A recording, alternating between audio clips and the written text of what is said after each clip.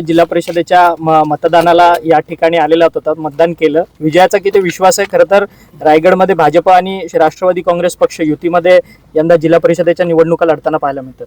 रायगड जिल्हा परिषदेमध्ये राष्ट्रवादी काँग्रेस पक्ष आणि भारतीय जनता पक्ष निर्विवादपणाने त्या ठिकाणी बहुमत मिळवे आणि त्याच्यामध्ये आम्ही यशस्वी होऊ.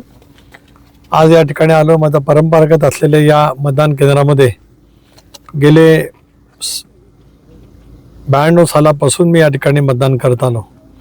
त्यामुळे या मतदान केंद्रामध्ये इथे यावं, इथल्या माझ्या भूमीचा स्पर्श त्या ठिकाणी करावा आणि राजकारणामध्ये जी काय वाटचाल करत असतो त्या वाटचालीमध्ये माझ्या या जन्मभूमी आणि कर्मभूमीचं योगदान नेहमीच मोठं राहिलेलं आहे आणि त्याच भूमिकेतून मी आणि माझं कुटुंबीय नेहमीच या ठिकाणी मतदानाला येत असतो. मला संबंध जिल्ह्यामधलं वातावरण गेल्या 3 दिवसामध्ये मी फिरलो. राज्याचे नेते अजितदादा यांच्या दुःखद निधनाच्या नंतर 5 दिवस मी येऊ शकलो नव्हतो, पण गेल्या 3 दिवसामध्ये जिल्हा पूर्णपणाने ढवळून काढला. कर्जत खालापूर असेल, अलिबाग असेल, मुरुड असेल, शिवाधर, मसाताळा, माणगाव, रोहा असेल, महाड असेल, या सगळ्या परिसरामध्ये जाऊन तिथल्या कार्यकर्त्यांची उमेद, ताकद, शक्ती आणि मग आम्ही ज्या युतीतून लढतो आहोत त्याच्याबद्दलचं जनमानसातलं मत अधिक वाढवण्याच्या दृष्टीकोनातून प्रयत्न केले. रायगड जिल्ह्यामध्ये अध्यक्ष कोणाकडे जाईल? एक बाब अशी आहे की राष्ट्रवादी काँग्रेस पक्ष आणि भारतीय जनता पक्ष निवडणूक एकत्रितपणाने लढवत आहे. निर्विवादपणाने आमचं स्पष्टपणाचं बहुमत हे परवाच्या दिवशी दुपारी याच वेळेला, याच्या अगोदरच निकाल लागलेला आपल्याला पाहायला मिळेल. त्यावेळेला त्या संदर्भातला निर्णय लगेच होईलच. शेकापचे जयंत पाटील देखील म्हणतात की आमचाच पुन्हा एकदा या ठिकाणी अध्यक्ष बसणार आहे. दुसरीकडे महेंद्र दळवी देखील म्हणतात की शिवसेनेचं जे काम आहे त्याच्यामुळे आमचाच या ठिकाणी अध्यक्ष बसेल. काय वाटतंय दोघांच्या दाव्यांवर काय? डॉक्टर बाबासाहेब आंबेडकरांनी दिलेल्या संविधानामध्ये प्रत्येक राजकीय पक्षाला आपापलं मत मांडण्याचा नक्कीच त्या ठिकाणी अधिकार असतो. त्यामुळे दोन्ही हे अलिबागचे नेते आहेत, त्यामुळे त्यांच्या या विधानावर ते अधिक भाष्य न केलेलं माझ्यासारख्या छोट्याशा कार्यकर्त्यांनी बरं. खरं तर रामदासभाई कदम हे शिवसेनेचे नेते आहेत, त्यांनी देखील तुमच्यावरती टीकास्त्र डागलेलं आहे. ते म्हटले की अंतुलेंना तुम्ही संपवलं आणि आता राष्ट्रवादी काँग्रेस पक्ष हायजॅक करण्याचं काम तुम्ही करतात, अशा पद्धतीने टीकास्त्र तुमच्यावर केलं. रामदास कदमांच्या वरती कारण त्यांचं जे गलिच्छ वक्तव्य आहे त्याबद्दल मी अधिक बोलू इच्छित नाही. कारण दगड चिखलामध्ये मारणं म्हणजे आपल्या अंगावरती चिखल ओढून घेणं. त्यांना त्यांचं करू द्या. राष्ट्रवादी काँग्रेस पक्ष हा आम्ही प्रचंड मेहनतीने दादांच्या नेतृत्वाखाली एनडीएमध्ये फारकत घेतल्याच्या नंतर विधानसभेच्या निवडणुकीमध्ये 41 जागांच्या वरती यश मिळवत त्या ठिकाणी आम्ही बहुमतामध्ये आलेलो आहोत. त्याच्यामुळे आमच्या पक्षाचा निर्णय करण्याचा आमचा अधिकार आहे. आता त्यांनी मातोश्रीला का सोडलं, इतरांची का साथ धरली, तो त्यांचा प्रश्न आहे. आम्ही कधी त्या वतीमध्ये कधी विचारलं नाही. आता अंतुले साहेबांचं दीर्घकाळ नेतृत्व, त्यांचे आशीर्वाद माझ्यासारख्या कार्यकर्त्याला मिळाले. त्यामुळे कधीही अंतुले साहेबांच्याबद्दल माझ्याकडून एकदाही कटुतेचा शब्द ना यापूर्वी आला, उद्याच्या तर भविष्यामध्ये येण्याचं काही कारण नाही. कारण आमची संस्कृती ही वडीलधाऱ्यांचा आदर, जनमानसामध्ये काम करत असतानाच प्रत्येक सर्वसामान्य माणसाचा योग्य तो आदर हे गेल्या 45 वर्षाची माझी राजकीय आयुष्याची शिजोरी असल्यामुळे कोण काय बोलतं याच्याकडे मी फारसं लक्ष देत नाही. एवढ्यासाठीच जनतेचं पूर्णपणाचं पाडवं गेल्या या माझ्या राजकीय वाटचालीमध्ये पूर्णपणाचं त्या ठिकाणी मिळालेलं आहे. तत्करे सर, दोन्ही राष्ट्रवादी एकत्रीकरणाच्या संदर्भात सातत्यानं चर्चा ज्या आहेत त्या शरदचंद्र पवार पक्षाकडनं होताना पाहायला मिळतात. त्यांचा दावा आहे की अजित पवार हे राष्ट्रवादी काँग्रेस दोन्ही एकत्री करणार होते, विलिनीकरण होणार होतं, अशा पद्धतीचा दावा त्यांच्याकडनं होतोय.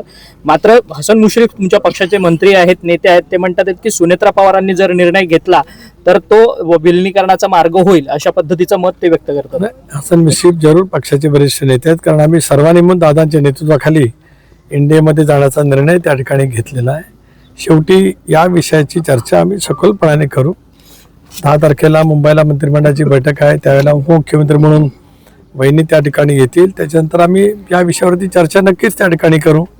कदाचित मग ते दिल्लीमध्ये सुद्धा येऊ शकतील. माननीय राष्ट्रपती महोदयांची भेट, पंतप्रधान महोदयांची भेट, राज्यसभेच्या त्या सदस्य आहेत, त्याच्याबद्दलची जी काय वैज्ञानिक जबाबदारी असेल त्या संदर्भातला असेल, आम्ही योग्य वेळेला बसून त्यातला निर्णय नक्कीच परंतु करू. सुनेत्रा वहिनी या निर्णय घेतील का? म्हणजे त्यांच्याकडे ही सगळी निर्णय प्रक्रिया असणार आहे की तुमच्या कोर कमिटीमध्ये विलिनीकरणाच्या संदर्भात पुन्हा चर्चा होईल? एक असं आहे की आम्ही नेहमीच ज्या वेळेला 23ला निर्णय घेतला तो आम्ही एकत्रितपणाने बसून घेतला.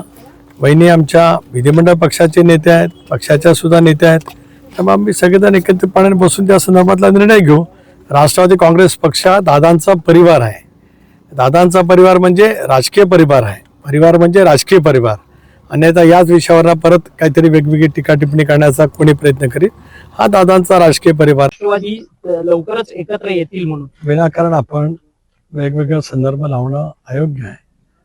रोज संध्याकाळी संबंध पवार परिवार ज्या वेळेला सांत्वनासाठी सगळी जनता त्या ठिकाणी येत असते, राज्याच्या देशाच्या कानाकोपर्यंत असतात, त्यावेळेला ते संध्याकाळच्या वेळेला त्या ठिकाणी असतात आणि परिवारामध्ये चर्चा होणं याच्यामध्ये गैर वाटायचं काही कारण नाही. शेवटी त्या अशा प्रसंगातल्या चर्चा किंवा बोलणं संवेदना मनामध्ये ठेवून हे आपल्या परंपरेला किंवा आपली जी काही आतापर्यंतची ज्या वेळेला दुःखद घटना घडतात, एखादी घरातला वेगळा प्रसंग असतो, त्यावेळेला कुटुंब एकत्रितपणाने बोलत असतं. त्यामुळे त्याच्यात कोणालाही मागं वाटायचं काही कारण नाही. रोहन पवार पत्रकार परिषद घेणार आहेत आणि विलिनीकरणाच्या संदर्भातले सगळे पुरावे जे आहेत ते मांडणार आहेत म्हणतात. कसं आता रोहित पवारांनीच हा पक्ष वाढवलेला असल्यामुळे आता आम्ही ज्या वेळेला 41 जागा जिंकलो त्याच्यात त्यांचे कठोर परिश्रम आहेत आणि आम्ही निर्णय वेगळा घेतल्यापासून ते नेहमीच दादांच्या वरती स्तुती सुमन करत आलेले होते. दादांनी म्हणजे त्यांच्या काकांनी घेतलेला निर्णय त्यांना अधिक प्रिय होता असे त्यांच्या अनेक वक्तव्यातून 2023 पासून संबंध महाराष्ट्राने संबंध वाहिन्याने अनुभवलेला आहे. त्यामुळे स्वाभाविकच त्यांचा अधिकार मोठा आहे. सुनेत्रा पवारांना अर्थ खातं का मिळालं नाही या सगळ्या आपण संदर्भात आता स्पष्टीकरण चर्चा जो आहे. करू. आपण कोण स्पष्टीकरण करणार आहे? संजय राऊतांनी सांगितलं की मुख्यमंत्र्यांनी स्पष्टीकरण द्यावं की सुनेत्रा पवारांना अर्थ खातं का दिलं नाही म्हणून. संजय राऊतांना काय अधिकार आहे? आम्ही महायुतीमध्ये आहोत. महायुतीमध्ये भारतीय जनता पक्षाचे इंडियाचे आम्ही घटक आहोत. त्या संदर्भातला निर्णय आम्ही करू. उद्या उद्धव बाळासाहेब ठाकरे या पक्षामध्ये कोणाला काय करायचं हा सल्ला देण्याचा आमचा अधिकार नाही आणि आम्ही कधी त्या विषयावरती बोलत नाही. राऊत साहेबांनी त्यांची प्रकृती लक्षामध्ये घेता थोडंसं इतरांच्या पक्षामध्ये टोकण्याचं काही कारण नाही. राजकीय पक्षांना जे काही त्यांना विचार असतात, कारण सकाळी 9 वाजल्याच्या नंतर त्यांची सुरुवात होत असते, त्यांचा दिवस चांगला जावो परमेश्वराकडे प्रार्थना.